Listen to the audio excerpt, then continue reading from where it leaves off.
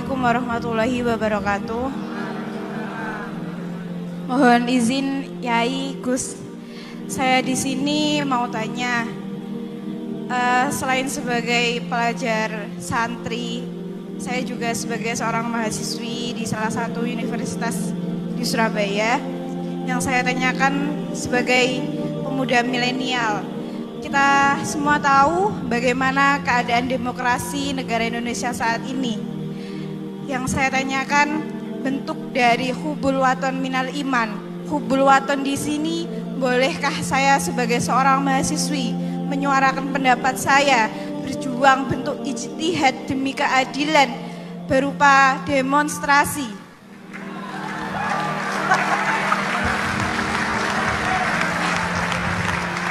Ngapunten. Yang saya tanyakan di sini, bagaimana menurut Gus, apakah saya melakukan demonstrasi ini sudah baik atau sangat baik atau mungkin perlu dikaji kembali? Terima kasih. Wassalamualaikum warahmatullahi wabarakatuh. Hubungan antara demonstrasi dan hubbul wadon minal iman.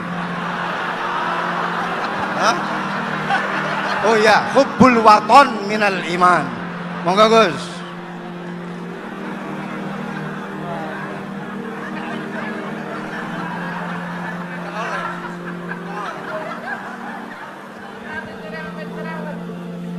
Ini benar-benar ahli.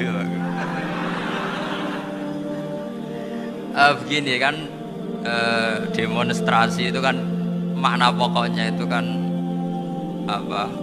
Memperlihatkan. Makanya demonstrasi kekuatan maknanya ya show, ya, memperlihatkan satu apa? Kekuatan. Sehingga kalau dalam Islam itu ya fleksibel, asal itu tidak merugikan orang lain, tidak anarkis, tidak madarat bagi kelompok lain, tentu boleh. Bahkan kalau tidak apa, menyuarakan suara kita, tentu dengan cara-cara yang tetap Islami, ya, itu malah kita disalahkan karena berarti tidak ikut bertanggung jawab terhadap proses bernegara. Tapi tentu disuarakan secara konstitusional dan secara baik. Kemarin pas demo di Jogja yang rame itu masalah rancangan KUHP itu, rektor UI juga ketemu saya, pamit Gus mau demo ya, tapi yang baik dan sopan. Karena begini ya, di Quran itu ada ayat walau la dafuwahin nasa ba'dahum bi ba'dil fasadatil ardh. Jadi kekuatan manapun itu harus dikontrol. Tentu kontrol itu macam-macam. Tapi tentu saya ulang lagi, jangan anarkis, jangan melakukan sesuatu yang kontraproduktif. Jadi menurut saya pernah ditanya, Gus, kalau pemerintah itu didukung 90% rakyatnya bagus enggak? Ya bagus, berarti presidennya hebat, didukung mayoritas rakyat. Kalau hanya 55 ya bagus, presidennya biar tahu, biar hati-hati karena dipilih separuh lebih sedikit gitu. Nah kok bagus semua? Ya emang harapan kita sama Allah semuanya baik semua, kata saya gitu. Jadi susahnya apa sih kita melihat sesuatu itu, asal agama ini kan gampang, asal tidak maksiat itu baik. Asal gak maksiat itu baik. Ma khayyara Rasulullah bina amroini lahtaro aisarahuma malam yakun isman.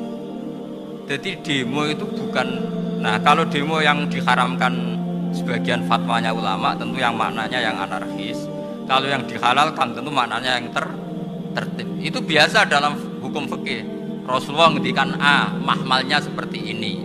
Rasulullah ngendikan B, mahmalnya seperti ini. Karena kadang ngendikanin Nabi cara zahir itu berlawanan. Misalnya Nabi ditanya, amal paling baik apa ya Rasulullah?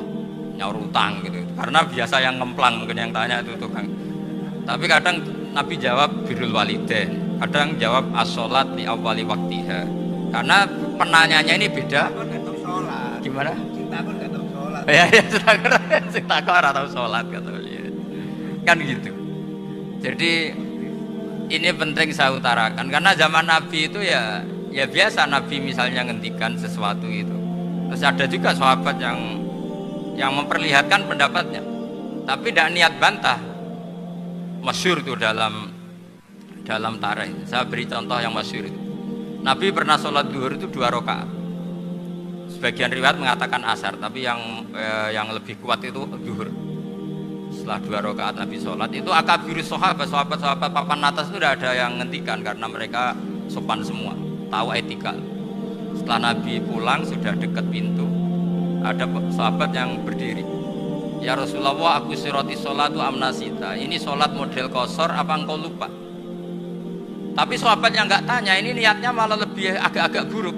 Baguslah kalau sholat terbaru 2, berarti besok ya 2. Karena pakai teori nasah mansuh, berarti hukum itu pakai yang terbaru. Jadi gayanya tidak tanya, tapi lebih sama. Mungkin yang setuju undang-undang tadi ya tentang rumah tangga, kalau istri gak mau dikumpuli tetap dipaksa, nanti suaminya bisa dilaporkan pengadilan gitu. Saya pasti mikir saya bukan masalah pengadilan ya, pasti istrinya cantik. Kalau jelek kan gak mungkin dipaksa.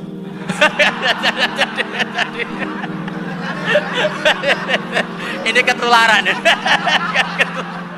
Jadi saya cara berpikir tuh, jadi tak pikir lucunya saja, bukan pikir serius. Ketularan sudah ketularan itu. Karena keburukan itu mudah nular.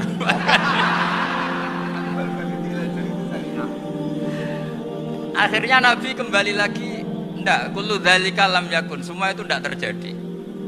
Tapi Nabi sebagai orang yang sangat, ya sebenarnya enggak boleh dibahasakan sangat demokratis, sangat bijak.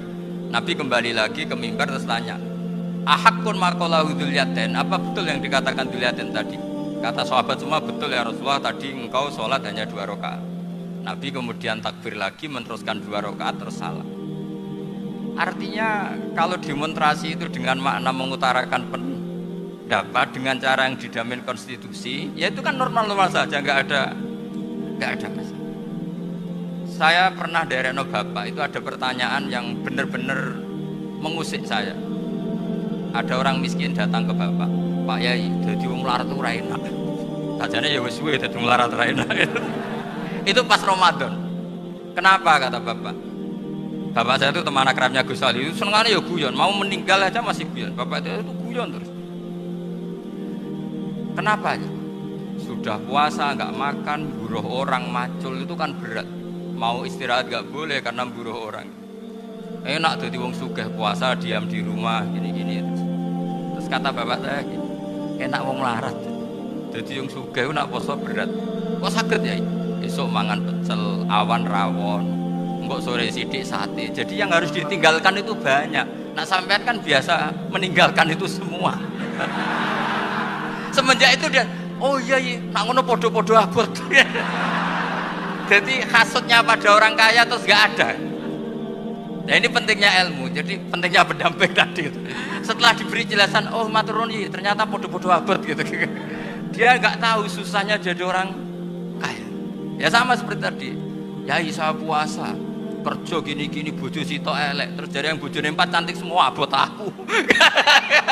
Karena harus ninggalkan 4 yang cantik tadi, yang bisa menghidupkan tadi itu. Itu kan juga demonstrasi, artinya mengutarakan apa yang, jadi itu saya pikir seperti itu. Ya ini pokoknya gitu aja ya. Assalamualaikum warahmatullahi wabarakatuh.